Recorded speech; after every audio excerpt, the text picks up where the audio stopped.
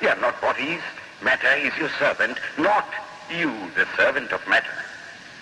Thus it is that the Vedas proclaim not a dreadful combination of unforgiving laws, not an endless prison of cause and effect, but that at the head of all these laws, in and through every particle of matter and force, stands one, by whose command the wind blows, the fire burns, the clouds rain, and death stalks upon the earth. And what is his nature?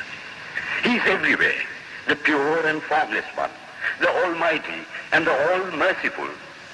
Thou art our Father, thou art our Mother, thou art our beloved friend, thou art the source of all strength. Give us strength. Thou art he that beareth the burdens of the universe. Help me bear the little burden of this life. Thus sang the rishis of the Vedas. And how to worship him? Through love. He is to be worshipped as the one beloved, dearer than everything in this and the next life. This is the doctrine of love declared in the Vedas, and let us see how it is fully developed and taught by Krishna, whom the Hindus believe to have been God incarnate on earth. He taught that a man ought to live in this world like a lotus leaf, which grows in water but is never moistened by water. So a man ought to live in the world, his heart to God and his hands to work. It is good to love God for hope of reward in this or the next world, but it is better to love God for love's sake. And the prayer goes, Lord,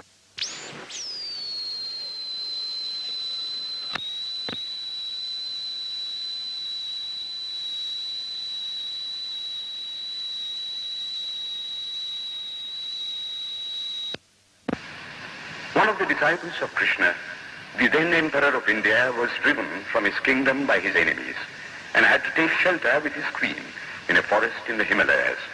And there, one day, the queen asked him how it was that he, the most virtuous of men, should suffer so much misery. Yudhishthira answered, Behold, my queen, the Himalayas, how grand and beautiful they are.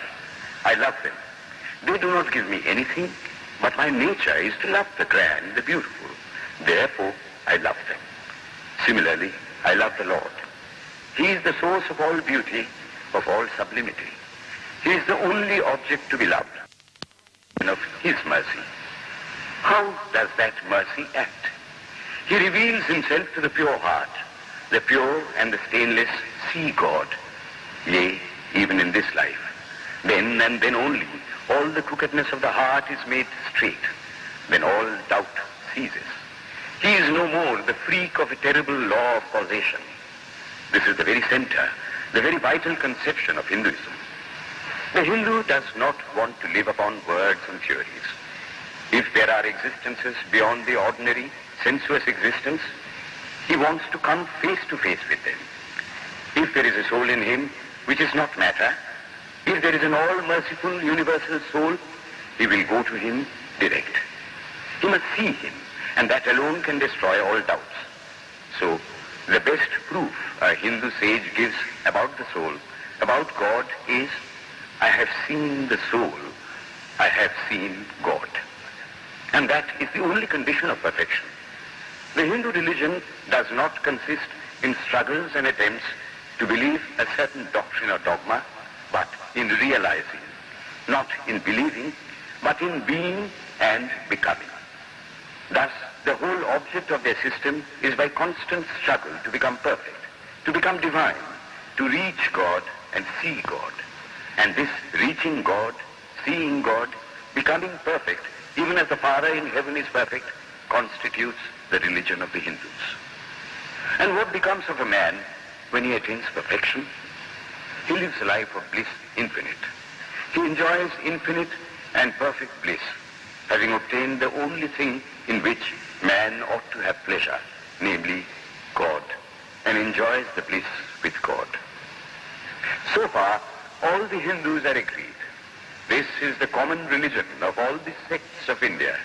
But then, perfection is absolute, and the absolute cannot be two or three.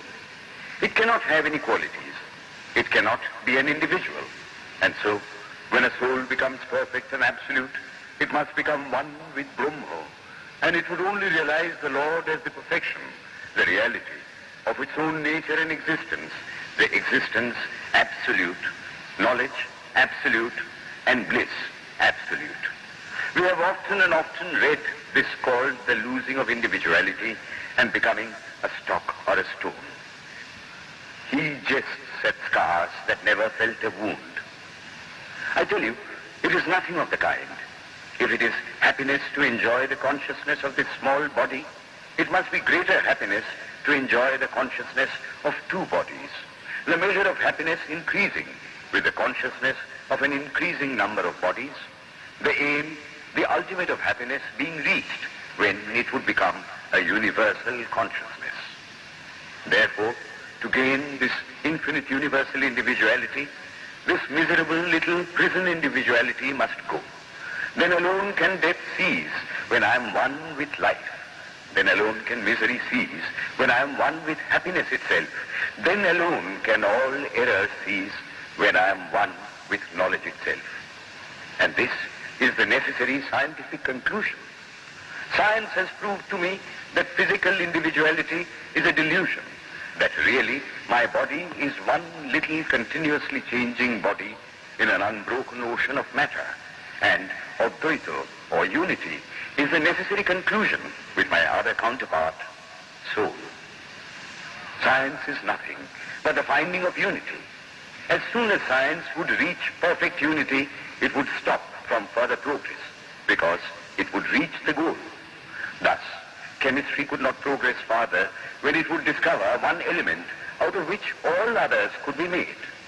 Physics would stop when it would be able to fulfill its services in discovering one energy of which all the others are but manifestations. And the science of religion become perfect when it would discover him who is the one life in a universe of death, him who is the constant basis of an ever-changing world, one who is the only soul of which all souls are but delusive manifestations. Thus is it, through multiplicity and duality, that the ultimate unity is reached. Religion can go no farther. This is the goal of all science. All science is bound to come to this conclusion in the long run. Manifestation and not creation is the word of science today. And the Hindu is only glad that what he has been cherishing in his bosom for ages is going to be taught in more forcible language and with further light from the latest conclusions of science. Descend we now from the aspirations of philosophy to the religion of the ignorant. At the very outset, I may tell you that there is no polytheism in India. In every temple, if one stands by and listens, one will find the worshippers applying all the attributes of God, including omnipresence, to the images. Henotheism explained the situation. The rose, called by any other name, would smell as sweet. Names are not explanations. The tree is known by its fruits. When I have seen amongst them that are called idolaters, men, the like of whom, in morality and spirituality and love, I have never seen anywhere, I stop and ask myself, can sin beget holiness? Superstition is a great enemy of man, but bigotry is worse. Why does a Christian go to church? Why is the cross holy? Why is the face turned toward the sky in prayer? Why are there so many images in the Catholic Church? Why are there so many images in the minds of Protestants when they pray? My brethren, we can no more think about anything without a mental image than we can live without breathing. By the law of association, the material image calls up the mental idea and vice versa. This is why the Hindu uses an external